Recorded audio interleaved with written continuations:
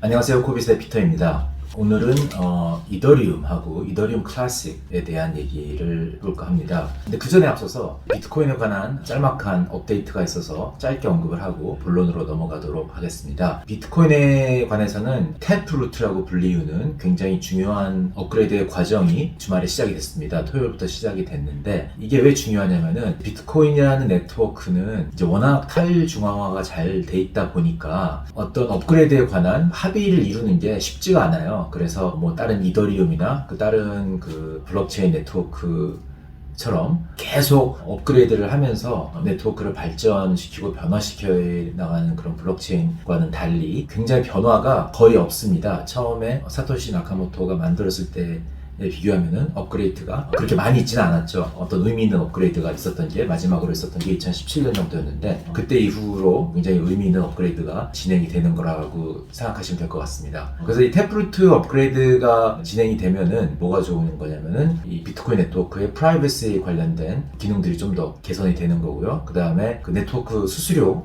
낮출 수 있는 어떤 그런 환경이 좀 조성이 되고 마지막으로 그 지갑에 어떤 다양한 기능을 추가할 수 있는 그런 유연성이 생기는 것 뭐 이렇게 세 가지 정도로 요약을 해볼 수가 있을 것 같습니다. 근데 이 업그레이드되는 방법이 여태껏 있었던 비트코인 네트워크 업그레이드 과정과는 조금 다르게 진행이 되는데 이제 업그레이드되는 과정이 어떻게 진행이 되냐면은 일단 그 네트워크 참여자들이 의사표현을 해서 90% 이상이 동의를 해야 되는데 마치 90% 동의가 나오지 않으면 이제 계속 지연이 되는 거죠. 그래서 지연이 되다가 90% 동의가 나오는 시점에 이제 업그레이드하는 게 확정이 나고 확정이 되면은 적용은 12월부터 적용이 되는 걸로 이렇게 예정이 돼 있다고 합니다. 이 과정이 왜 또 중요하냐면은 비트코인 네트워크가 그만큼 더 성숙하고 발전되고 개선되어 있는 거기 때문에 호재인 게 분명하긴 한데 최악의 경우에는 이게 비트코인 네트워크가 스플릿되는 그런 상황도 벌어질 수가 있을 것 같아요. 왜냐면은 업그레이드 방식에 대해서 강한 반대가 있다면은 지난번에 우리가 2017년에 비트코인 캐시랑 비트코인이 갈라져 나온 것처럼 그 당시 이제 블록 사이즈에 관한 의견이 합의에 도달하지 못했기 때문에 이제 그런 상황이 벌어진 건데 만약에 이번에도 이 태프루트 업그레이드에 대해서 커뮤니티 내에 어떤 의견이 갈라진다면은 최악의 상황에는 이제 네트워크가 분리되는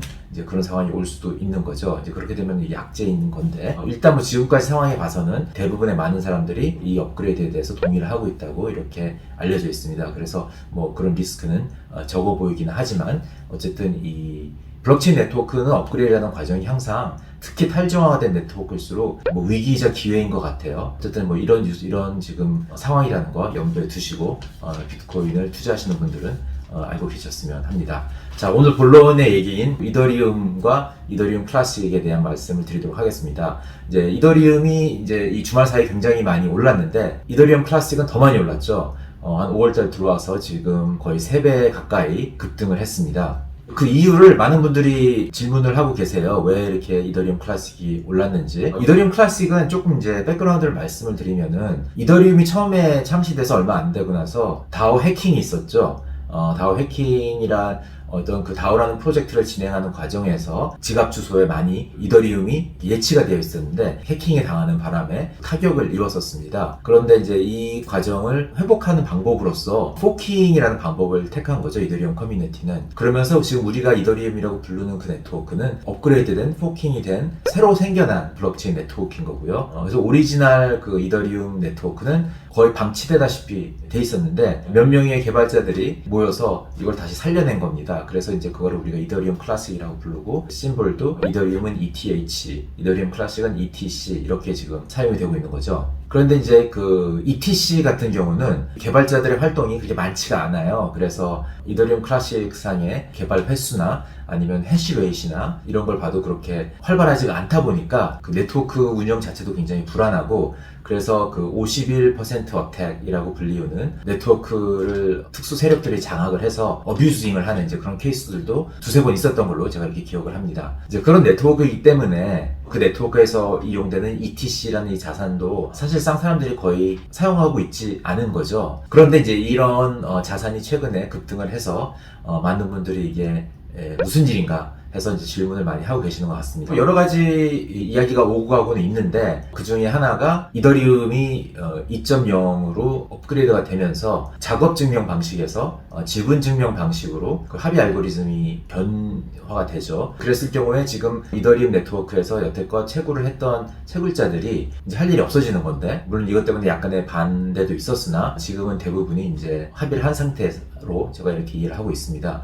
그런데 이제 할 일이 없어지는 이런 채굴자들 일부가 이더리움 클래식 쪽으로 넘어와서 거기서 채굴을 하게 되면은 이제 네트워크가 좀 더 활성화될 거라는 어떤 그런 의견들도 있는 것 같습니다. 근데 이제 이게 지금 최근에 가격 상승으로 이어졌는지는 아직 뭐 확실하게 얘기는 할 수는 없을 것 같아요. 왜냐면은 해시레이트이 올라간다 그래서 가격이 올라가지는 않거든요. 캐시레이트과 자산 가격은 상관관계는 있으나 인과관계는 한쪽 방향으로만 있는 것으로 이렇게 알려져 있죠. 왜냐면은 해시레이트라는 거는 결국에는 연산력인데, 네트워크에 참여하는 채굴자들이 연산력을 동원하기 위해서 충분히 그거에 대한 보상을 받아야 되고, 그 보상이 높을수록 참여하고 싶은 경제적 인센티브가 생기는 건데, 그렇기 때문에 자산 가격이 오르면은 채굴자들의 참여는 늘어나지만은 채굴자 참여들이 늘어났다고 해서 자산 가격이 반드시 올라간다는 이런 어떤 인과관계는 딱히 지금 여태껏 증명되지는 않았던 거죠. 어쨌든 뭐 해시레이트이 최근에 들어서 많이 올라간 것은 사실입니다. 그래서 아마 올라간 이유는 자산 가격이 올라갔기 때문에 해시레이트도 따라서 올라간 게 아닌가, 이렇게 저는 생각이 되는데, 그러면 이제 왜 올라갔는지에 대한 설명을 다른 곳에서 이유를 찾아봐야 되겠죠. 제가 생각하기에 가장 큰 이유는 그냥 리테일 투자자들의 투기성, 관심인 것 같아요. 최근에 도지코인도 많이 올랐는데 도지코인이 오른 거랑 비슷한 이유인 거죠. 그 이유는 뭐냐면은, 뭐 도지코인은 그 밈컬처라고 하는데 시바이누의 귀여운 그런 이미지에 사람들이 굉장히 뭐 공감하기도 쉽고 이해하기도 쉽고 뭐 이런 얘기도 합니다. 이제 그런 것처럼 이더리움 클래식의 경우도 이더리움 가격은 많이 올랐는데 이더리움 클래식의 코인 하나당의 가격이 굉장히 싸죠. 싸기 때문에 도지코인이 비트코인에 비교해봤을 때 굉장히 싸서 뭔가 앞으로 상승할 여력이 많이 남아있는 것처럼 느끼는 것처럼, 이더리움 클래식의 가격이 이더리움보다 굉장히 싸기 때문에 코인 하나당의 가격이 뭔가 앞으로 상승할 잠재력이 굉장히 많아 보이는, 이렇게 느껴지는 어떤 리테일 특유의 단순화된 생각이 이게 뒷 배경에 있지 않나, 이렇게 생각이 됩니다. 또 이런 것들이 굉장히 작용이 잘 하게끔 지원을 하고 있는 환경이 있는데, 그것이 무엇이냐면은 미국의 가장 많이 사용되고 있는 로빈후드라는 트레이딩 앱에서, 이게 원래 주식을 사기 위해서 사용되는 앱인 거죠. 지난번 게임스탑 사태 때도 많이 논란이 되었던 로빈후드라는 그 트레이딩 앱인데, 이 로빈후드에서 몇 개 안 되는 이 가상자산의 트레이딩을 지원을 하는데, 그 중에 하나가 도지코인이고 그 중에 또 하나가 이더리움 클래식입니다. 그래서 이 로빈후드발 투기성 트레이딩이 굉장히 많이 이 가상자산 시장 업계에 영향을 주고 있는 것 같아요. 도지코인이 많이 오른 것도 그런 곳에서 기인했다고 볼 수가 있을 것 같고, 그거와 마찬가지로 이더리움 클래식도 로빈후드에서 지원을 하고 있기 때문에 리테일 중심의 투기성 트레이딩이 굉장히 많이 늘어나면서 이더리움 클래식도 이더리움을 쫓아가기 위해서 몰려드는 세력들 때문에 가격 상승으로 이어지고 있는 게 아닌가 싶습니다. 네, 그럼 이더리움도 사실 올랐는데 이더리움은 그럼 왜 오르는 건지, 뭐 제가 여러 번 그거는 지난번 영상에서도 언급을 했기 때문에 그때 말씀드렸던 이유를 제가 뭐 다시 반복은 하지는 않을 텐데, 뭐 관심 있었으면 지난번 에피소드를 여기서 봐주시면 될 것 같고요. 제가 최근에 뭐 이제 그 트위터를 보다가 어느 한 크립토 헤지펀드에서 일하고 있는 애쉬라는 이름의 트위터 계정을 갖고 계신 분이 있는데, 이분이 언급한 여러 가지 이유 중에서 좀 제가 재밌다고 생각하는, 언급을 할 만한 가치가 있다는 걸 몇 개만 뽑아가지고 말씀을 드리겠습니다. 하나는 이제 기관 투자가들의 진입을 제가 말씀을 드렸는데, 그거에 대한 어떤 추가적인 제가 언급하지 않았던 증거로는, 일단 이더리움 선물의 미체결 계약, 오픈 인트레스트라고 하죠. 가 이제 최근에 굉장히 많이 늘었다는 것. 이 선물 계약이라는 거를 거래를 하는 사람들은 어느 정도 금융 지식이 있어야 되는 사람들이고, 그래서 이거를 일종의 기관들의 진입하고 연관지어서 이제 생각을 하는 거죠. 그래서 최근에 보면은 미체결 계약수가 많이 늘었기 때문에 이것이 이제 기관들이 참여하고 있는 증거 중에 하나다, 이렇게 얘기를 하고 있습니다. 또 한 가지 이유는 그레이스케일의 이더리움 트러스트 펀드의 자산이 12조 원이 넘는 거죠. 굉장히 많이 커졌습니다. 그래서 이것도 이 비트코인의 기관 투자가들 진입의 초창기 시절에 그레이스케일의 비트코인 트러스트에 운영하고 있는 자산의 규모를 어떤 기관 투자가들의 진입의 하나의 증거로 썼듯이 이더리움 펀드도 그레이스케일이 운영하는 이더리움 펀드도 이제 규모가 굉장히 커졌습니다. 그래서 이것도 어떤 기관의 진입이라고 볼 수 있는 증거 중에 하나일 것 같고요. 이게 지금 한 11 빌리언 달러에서 그러면은 이더리움 총 발행량의 한 3% 정도를 그레이스케일 펀드가 들고 있다는 이야기가 되는데 굉장히 의미 있는 숫자인 거죠. 그리고 마지막으로 이더리움 ETF들이 지금 캐나다에서 많이 승인이 됐습니다. 몇 개가 승인이 됐는데 물론 미국에서는 아직 비트코인 조사도 승인이 되지는 않았지만은 캐나다에서는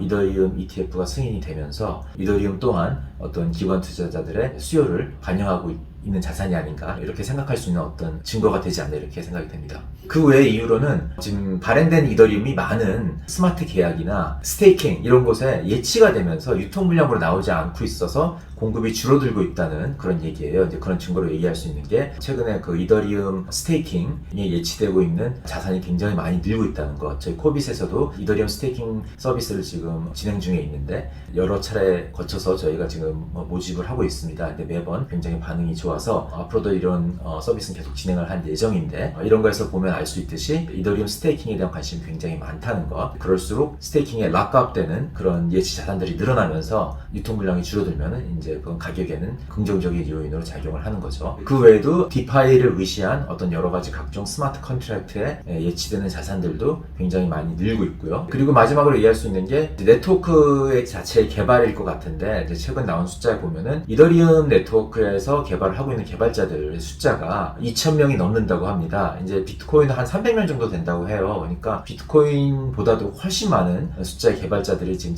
개발에 참여를 하고 있는 거고 뭐 다른 이더리움과 경쟁하고 있는 네트워크들 예를 들어서 폴카닷이나 카다노나 이런 거에 비해서도 월등히 많은 숫자라고 합니다. 그래서 이런 걸 봤을 때 이더리움 네트워크의 앞으로의 그 진화하는 과정이나 개선되는 과정이 굉장히 성공적으로 이루어질 수 있는 가능성이 굉장히 높다고 볼 수 있을 것 같아요. 전 세계에 굉장히 똑똑한 사람들이 모여서 이 네트워크를 발전시키기 위해서 노력을 하고 있기 때문에 이런 모든 거를 봤을 때 이더리움은 이제 중장기적으로 안착하는 그런 네트워크, 제도권에 안착하는 자산 이렇게 방향성이 잡혀가고 있는 거라고 볼 수 있을 것 같습니다. 그래서 이런 모든 걸 봤을 때 이더리움이 계속 지금 상승세를 이어가고 있는 것 같고요. 네, 그렇습니다. 어쨌든 그래서 이더리움과 비트코인 제가 봤을 때는 둘 다 포트폴리오에 편입을 할 가치가 충분히 있을 것 같고 제 의견으로는 물론 각자 여러분 개인에 따라서 그 리스크 테이킹 할 수 있는 능력이 모두 개인마다 다르기 때문에 그 비중 같은 건 여러분이 각자 생각해야 된다고 생각은 하지만은 지난번에 말씀드렸듯이 이더리움이 비트코인보다 리스크가 많은 네트워크인 거는 사실이기 때문에 그런 거를 감안을 해서 자기의 리스크 테이킹 수용량에 맞춰서 비중을 적절히 조율을 하는 것이 옳은 방법이라고 이렇게 생각이 됩니다. 네, 오늘은 여기까지입니다. 바이바이.